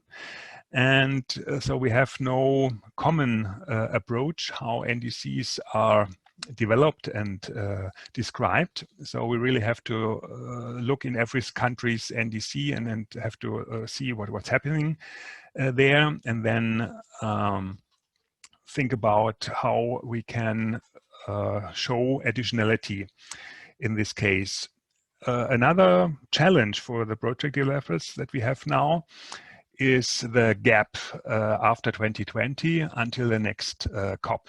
As we know, the EU wants to stop the CDM from new issuances after 2020. So there will be a gap until November 21. And project developers are currently looking how they can bridge the gap. So we already have seen that some developers, also project owners, are leaving the CDM and will move to the voluntary market. That means currently this is Vera and Gold Standard. And as the CDM cannot be used for compliance in 2021, the project developers will see how they can make use of the voluntary standards in the coming month. And then we have to see how it develops after the next COP. If we get rules and clear rules in Glasgow next year, then maybe we can continue with the CDM market again. But we still have to see how we can bridge the gap next year. And also we are noting that the corresponding adjustments are an attribute, a label to the voluntary markets emission reductions, similar to the social benefits or the SDGs. And this will make the voluntary emission reduction units, including corresponding adjustments, maybe more expensive, but also more valuable. So there will be an interest from the project developers into these credits. And this can be a really interesting market because it's more not the cheap credits, but it will be really the high level credits in the future. But we hope that the corresponding adjustments remain voluntary, so that this will really remain an attribute, a label, and then the market can choose if it wants to use it or not. So on the pure offsets, I think probably it will not be used, but maybe there are some buyers who are interested to have also this kind of credits. And for the compliance markets and for ITMOs, of course, we will need the corresponding adjustment. And so the market can differentiate and can move into those directions that are the most interesting ones. So I want to stop here. Time is running. I hope this answers your question. Yeah, thanks, Ben. I mean, I think there's some themes emerging clearly around that corresponding adjustments are not always needed or automatically needed. And I think you've introduced a new one there around being an attribute, whether or not the market takes up that attribute, but not a necessity, let's say, a mandatory labeling, but something that can affirm an investment in a country's commitment to meet their NDC, which is interesting. And I think the other one that you've drawn out is the gap. I think that's clearly underneath the UNFCCC processes. Of course, it's a concern now as we reach the end of December or the end of 2020. The gap to the COP as well, and what assurances can come out through the executive board and their ongoing meetings, etc., are critical. And it just proves that this is a very live and dynamic conversation, and we're living through the current transition indeed. But in the interest of time, I can go on to our last speaker, and apologies, Sarah, for coming to you last. Thanks again, Sven, for that input. Sarah, who's representing the Gold Standard. Maybe I can just open the floor to you. I mean, you've heard a lot from others. Go ahead, please, and introduce the Gold Standard for those who don't know, and then share your thoughts around these topics as well. Sure, and thanks for including us in the discussion. To introduce Gold Standard briefly, Naomi rightly pointed out the blurring of the lines between compliance and voluntary markets. We've kind of bridged that gap or straddled that line for quite some time. Gold Standard was originally created to be a quality label on top of CDM. So we were born to kind of represent the highest levels of environmental integrity and also ensure that the D of CDM, that sustainable development, was delivered and verified in the compliance market, and then it moved into the voluntary market after that. We have about 1,500 projects in our pipeline, about 135 million emission reductions, and something tying back to that sustainable development, which is really core to what we do. It's not perceived as a an add-on attribute to gold standard. It really, we see environmental action and sustainable development going hand in hand. We've studied the economic value of the sustainable development benefits, and the achievements so far of these gold standard certified projects have delivered more than 20 billion in shared value from these sustainable development benefits over time. So when we think about what really motivates companies and provides value to them, we think that's something that is not to be overlooked as the voluntary market scales. I agree and sympathize with a lot of what's been said so far. Maybe worth noting that, you know, while acknowledging the uncertainty, we're aiming and committed to provide as much clarity as we can. So that's our focus at this stage. We've worked for the past couple of years convening stakeholders with the support of BMU to explore the role and what principles should guide post-2020 markets over the past couple of years. We held a consultation over the summer. We're just preparing the results of that consultation that captures a few policy positions, and maybe worth highlighting maybe where the discrepancies are from what's been said. While we know that we don't have the resources to police all claims, I agree with Naomi on that. We feel a responsibility for showing a clear signal on claims that are perceived to be legitimate among civil society in order to protect the market and ensure its credibility so that it can scale. So whilst I think domestic markets are a good example of where we don't think corresponding adjustments are required. Something that's been flagged in research from OCO Institute, for example, has showed that while double counting is not necessarily a challenge or a risk in terms of the purely voluntary action, double claiming can undermine environmental integrity. And the second point that they drew out is that standards can't control this. And so we feel that in order to maintain that integrity, any carbon offset claim, something that's strictly that's seeking a carbon neutral, climate neutral, or a compensation claim should have a corresponding adjustment. Now, all that said, we want to be very clear that indeed, this is not something that's going to happen overnight. So January 1st, 2021, that's not going to be enforced or in place. It's not operationalized yet. So what we're focused on now is a transition framework, and it's a long-term transition framework. We have, again, the kind support of BMU to develop this transition framework to raise ambition, ensure integrity, and make that achievable, and make sure that it's accessible and equitable, and that we aren't making it too difficult for projects to transition into the post-2020 regime.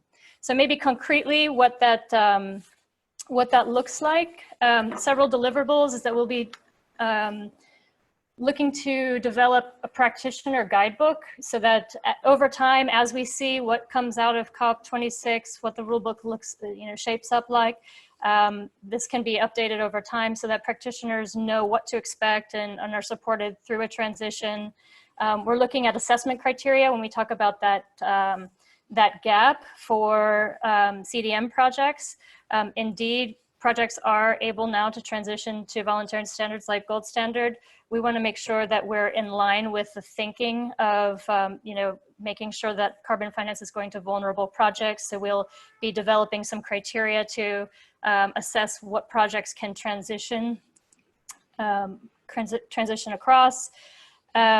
We'll also be providing some assessment criteria and process for the application of corresponding adjustments. So operationalizing this, accounting for it in our registry, doing a lot of the same things that Naomi has flagged. And then finally, to create, well, maybe also on the corresponding adjustments discussion, I think Patrick mentioned the task force. I think the task force on scaling the voluntary carbon market is a great opportunity to test new claims So we do want to provide optionality for project developers. So responding to Sven, we do want to make sure that we are providing, it should be something a project developer in a country chooses, has the right to choose to do. We do want to make sure that finance continues to flow. So how can we work with the private sector to socialize new claims that could be made in the absence of corresponding adjustments to make sure that those investments continue to be made and can scale. And then finally, we'll have a platform for engagement and capacity building so that this process is seamless for all involved. Maybe one last point is on nature-based solutions. There's clearly a demand in the corporate sector for nature-based solutions. The Science Based Targets Initiative has announced that they will recognize carbon removals specifically to science-based targets in the long term. And so we want to make sure that we're preparing that pipeline for the long term. We also think there's an opportunity to look kind of broadly across nature-based solutions and see what are the right financing mechanisms to ensure integrity and catalyze private sector finance at scale. So this might mean that there's a new role for a carbon removal, the carbon credit itself, and then in addition, new finance mechanisms. I think Patrick might have alluded to some of these new financing instruments that can help support nature-based activities at scale. Great, thanks, Sarah. I've got one eye on the clock here. Yeah, right. I tried to speed through it. Thank you. No, the last point you raised as well was something that's also came up through our planning for these sessions as well. So the kind of future role of nature-based solutions and how attractive they might be within this Paris Agreement context as well. As a backdrop, kind of CDM within this region has very much been renewable energy projects to begin with, and then a lot of energy access ventures through Cuxpo, solar lanterns, etc. There's clearly been a lot of forestry efforts as well, and I think Vera mentioned that as well. But yeah, we'll see where things move heading forwards. But that's clearly an area of real interest, certainly for the governments and people from this region as well. So thanks for raising that point. We're really running very tight on time, but I'll hand over very quickly to my colleague Marcida. Thank you to all the panelists. I'm sure there'll be a couple of questions coming in. Marcida, are you ready now to run through a couple of questions? Sorry, I've handed you a bit of a hot potato given the very short time. Yes, thank you, Tim, and thank you to all the panelists for this very insightful additions and discussions. And true, there are a couple of questions that came in, and in the interest of time, I will read them out. Instead of my actual plan was to ask people to post their questions actually in order to engage a bit. But I think now we have 3 minutes, so I read them out. And whoever feels that can answer this question in the panel, please speak up. The first question of Florian Eickholt, that was actually posed to Stefan, but I didn't also wanted this to fall out of the grid. It relates to the voluntary carbon market, so the panelists can also pick it up. And so it is, how can hot air be avoided in the voluntary carbon market, given the limited capacity to introduce corresponding adjustments processes soon? So Stefan and maybe any other colleague Naomi, please. Yeah, thanks. I think one of the most important things, which has always been the case, but continues to be, is that in voluntary markets, the avoidance of hot air really comes down to two key things. One, the additionality component, which I touched on a little bit before, and two, the accounting methodologies that are used. And so, I think under all of the credible programs out there, Gold Standard and BCS, for example, those methodologies are designed very carefully, reviewed by multiple entities, experts, to ensure that we don't have hot air in the accounting. They're also based on the best available science at the time, so they do evolve. And so I think that is something that can and will continue. And the additionality piece, as I mentioned earlier, is something that is evolving a little bit in the context of Paris, and I think needs to be revisited. But the key point here in terms of avoiding double counting is ensuring that what is happening in the voluntary market is really what the voluntary market is meant to do, which is drive finance that goes beyond regulation. And regulation can never get everything to zero. There is a certain level of that is reasonable in terms of still allowing economic activity and development, and yet many individual companies and actors within those spaces can do more. And so making sure that that more that they're doing is indeed additional, is credibly quantified, is the key to avoiding any avoiding any hot air. Yes, thank you, Naomi, for responding to this question, and I hope, Florian, your question is well answered. The next question was already answered by Sven for Gloria and Amanda. I will skip it in interest of time. One additional question coming from Tim is to Sven, which is the following: if no corresponding adjustments are needed for corporate investments, how else would the countries account for cumulative private sector participation in NDCs in a transparent way? So Sven, please, can you take up this question? Yeah, so so we think we have to differentiate between compliance and voluntary market. That is clear. So for the compliance, we will need the corresponding adjustment. But for the voluntary market, we don't find the emission reductions in any national inventory. It will be automatically, so it will not be reported, but it will be automatically in the national inventory. And to make sure that it is transparent and not double counted, we need, and also from the standards, we need robust additionality criteria. So this is key to this problem. So only if we have real and measurable and additional credits, then this concept that we don't need the corresponding adjustment will work.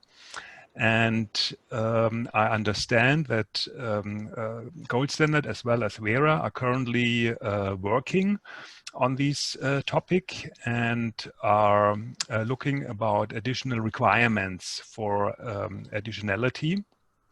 And in this regard, and as I said in my contribution, the project developers also have to look into the NDCs. So if there is already a project that is in the target of a country, so this cannot be used anymore. So that's the way, looking into the additionality. That's the way how we can make sure we don't have any kind of double counting, double claiming. Thanks, Sven. I will quickly now move to Nicolas Miller's question.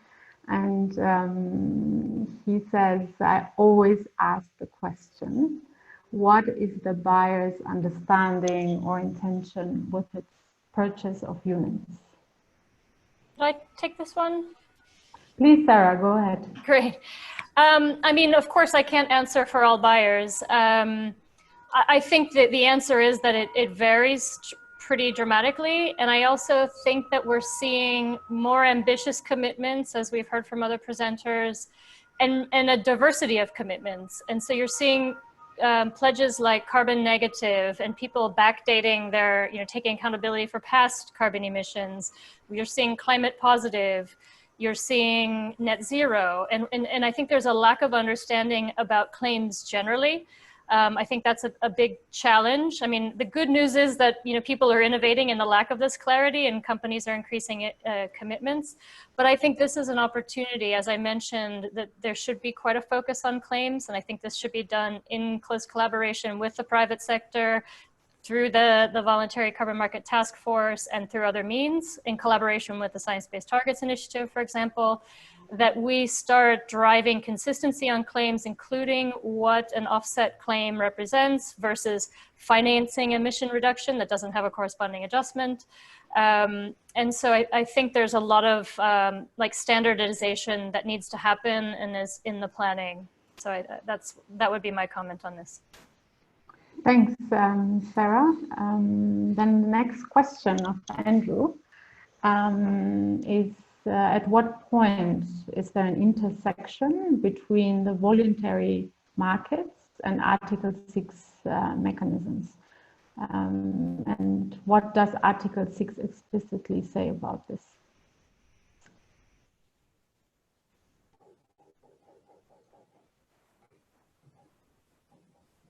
Any brave panelists that want to take up questions? I could jump in. Yeah, so I think that there is in some cases an intersection, and I think a lot of that comes from what both Sarah and I were talking about with respect to the fact that the line between voluntary and compliance is now not so clear.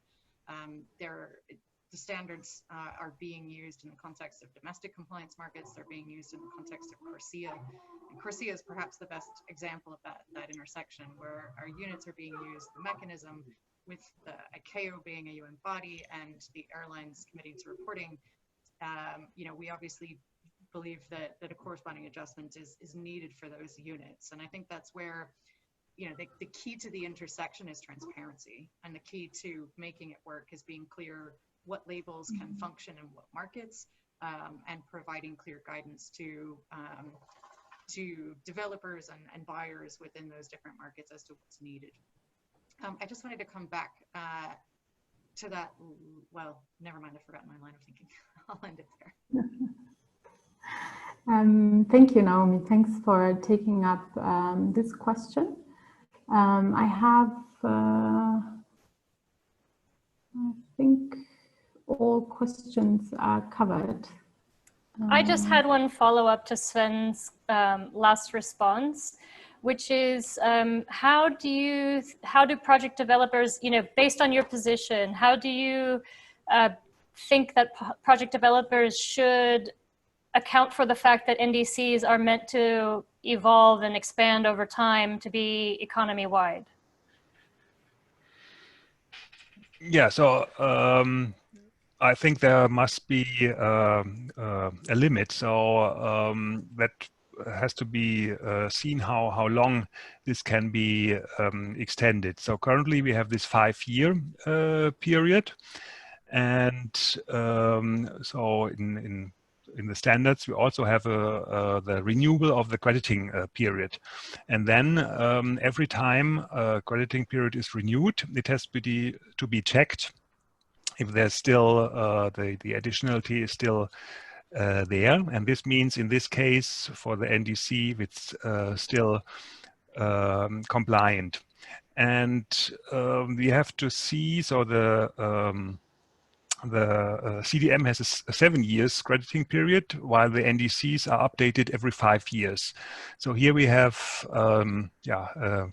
different time frame that potentially needs to be adapted. But I think in the 5 years where we have existing NDC, I think for that time the credits can be used, and then it has to be revisited. So the NDC has to revisit it and checked. And probably that's something that where the standards have to come up with suggestions about the validity time of the credits to make sure that this is in compliance. Yeah, well, we've already shifted to the 5-year cycle crediting renewal period to be in line with that, and also have introduced a kind of a interim measure on ongoing financial need, which is not a certification requirement, but a way to start kind of introducing that discipline of assessing, using it as a proxy for additionality, or at least gaining information about that since 2015 or 2017. So I think that's, I think you're right that we, there's some of it on us. I think, I think one of the challenges that we still see is not just the kind of shifting targets on NDCs, but also the lack of clarity in many cases that is going to be a challenge that we indeed need to overcome. I agree with all of that. I just wanted to come back to the question of market motivation, particularly from corporates. And this is one of the key areas where I think we need to be careful about ambition and financial flows with respect to the corresponding adjustments. The motivation of most corporates at this point is trying to offset their own footprint. And that footprint gives them a defined amount that they need to be working with.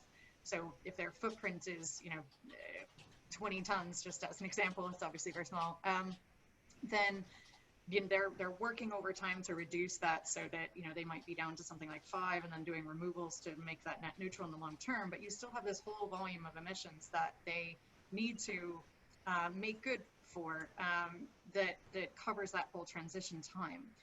If we don't allow them to use an offset, or if it becomes too difficult to do that because of the requirement for a corresponding adjustment, the likelihood of them saying, well, okay, I'll go to this finance claim that is something that can't count towards my footprint. It can't count it as an offset. I can only count it as something additional that I'm contributing. They then no longer have that window that gives them a guidance for how much to buy, right? So the likelihood of that undermining corporate ambition is quite steep. And I think it's something that we need to keep in mind as we're designing these systems, to make sure that we're not undermining the ambition that corporates have stated. And it's taken us 10, 20 years to get corporates to make these neutrality commitments. So changing that overnight, I think, is highly risky. And we need to make sure that we're not undermining the motivation for them to actually compensate for their full set of emissions by suddenly saying they can't do so. Yeah, I totally agree with you, Naomi. I think that setting the bar to the point of your residual emissions makes total sense. It also creates a further incentive to reduce because there's a cost involved in that. But right now there's no legitimacy in netting out. You might claim carbon neutrality, and I think that's still a good bar to set, but it's not as if the GHG protocol recognizes reporting 0 if you've offset your emissions. They do with scope 2 and REX, which is weird, but that's another it's another conversation. So I don't know. I totally respect the need to not change the rules overnight, and maybe not change the rules at all. I think this requires an in-depth discussion and collaboration with the private sector, with market participants, et cetera, to make an evolution if it is indeed needed. Yeah, absolutely. Totally agreed. Maybe I can add to Sarah, because she said regarding carbon neutrality, there's currently a new ISO standard in work. So I'm also in this ISO committee, the ISO 1468 about climate neutrality. And it's just started, so it still takes 2 or 3 years until it will be finished. But here in the standard committee, we are discussing that there really should be some requirements first to reduce emissions before you can offset. So, and also there's a discussion what kind of credits can be used. So this is ongoing. A moving target now, and there's a lot going on globally. Unfortunately, we are not yet finished, but I would like to put your attention to this standardization work. Thank you, Sven, and thank you to all the panelists. I have to cut this now in interest of time, but I would really like to thank Sarah, Naomi, Sven, and Patrick for engaging and for taking up the questions from the audience. And with that, I hand back over to Tim to wrap up today's session. Brilliant. Yeah, thank you. And thanks again to everybody for what was clearly a rich discussion that will be continued over the next 18 to 24 months at least, as we certainly build towards Glasgow and then hopefully move towards implementation fairly quickly afterwards. I've noticed people are dropping out because we said it ran through till 4 o'clock. So I'll spend 30 seconds, I think, wrapping up what I heard. So firstly, I think we have to go back to the for the beginning of the session and the importance of how the Paris Agreement is structured and the clearly fundamental role that NDCs now play moving forwards. So I think for all of the practitioners in the room, it's our homework to go and study those NDCs and get much more familiar with that process around how the NDCs are developed and what they contain in relation to the projects and programs and businesses that we're running within those countries now.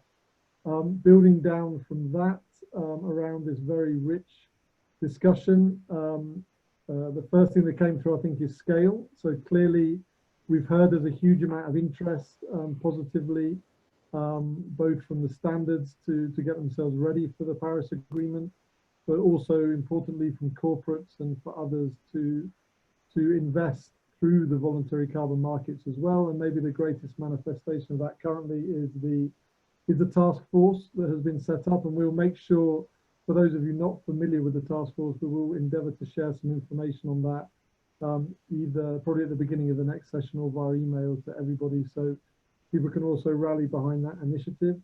The second point that came through was kind of labelling, the differentiation between types of credits and what their purpose is for, whether that's purely in a voluntary sense or whether that's as an ITMO or for CORSIA, where clearly an Article 6 label will be required.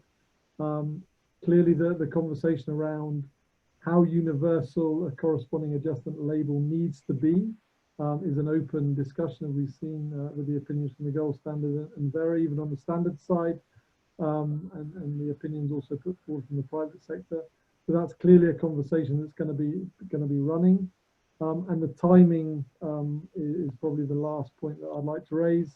A bit of a broader comment, but yes, clearly there'll be, it's a bit impractical to implement these changes overnight, but I think as long as we're moving in a certain direction towards aligning these developments within the context of NDCs as they get developed and updated and enhanced over time, then I think the voluntary carbon market will follow that trajectory, I would imagine. And then secondly, on timing, just that gap. So yeah, what role can the voluntary carbon markets play as we reach the back end of 2020 and move into 2021? And clearly there's a bit of a gap now emerging as we head towards Glasgow and the COP at the end of next year.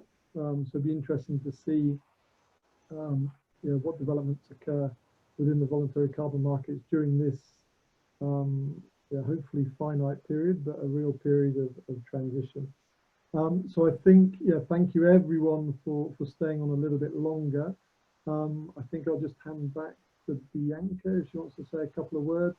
And then just to remind everybody that the final session of this week will be on Friday morning from 10 till 12 East African time. And we'll be focused exploring some of these issues we've looked at already, but around piloting of Article 6, where clearly more of these issues will be explored in kind of practical implementation detail through the piloting. So Bianca, if I can hand back to you, if you'd like to say a couple of words. Thank you so much, Jim. That was a great summary, so I won't delve much into it, but just to really thank all the speakers who joined us today. That was a lot of information shared. I also learned a lot of new things, but just generally what I can see across the board, whether it's on the NDC side, government side, or on the voluntary markets, the different standards out there, is that there needs to be transparency on all grounds. So this issue of corresponding adjustments is really important, and avoiding double counting so that what we're doing here has a lot of environmental integrity. So I really do appreciate the initiatives that are coming up. The labeling definitely was something very new that we'd like to understand a lot more. We're looking forward to that practitioners rule book that was mentioned by the gold standard. And just on the task force, definitely we're seeing that the private sector needs to come together to really scale these efforts. So in terms of what you as practitioners take away today, it's really key that you understand what's happening in the national processes where you'll be implementing your projects. So really understand how the NDCs are working there. With that, I will say that we have come to the end of this session, and we would like to see you all next on Friday for session 3. So thank you all very much. Yes. And we will be sharing the presentations. All right. Thanks, everyone. Goodbye. Thanks, Sarah. Thanks.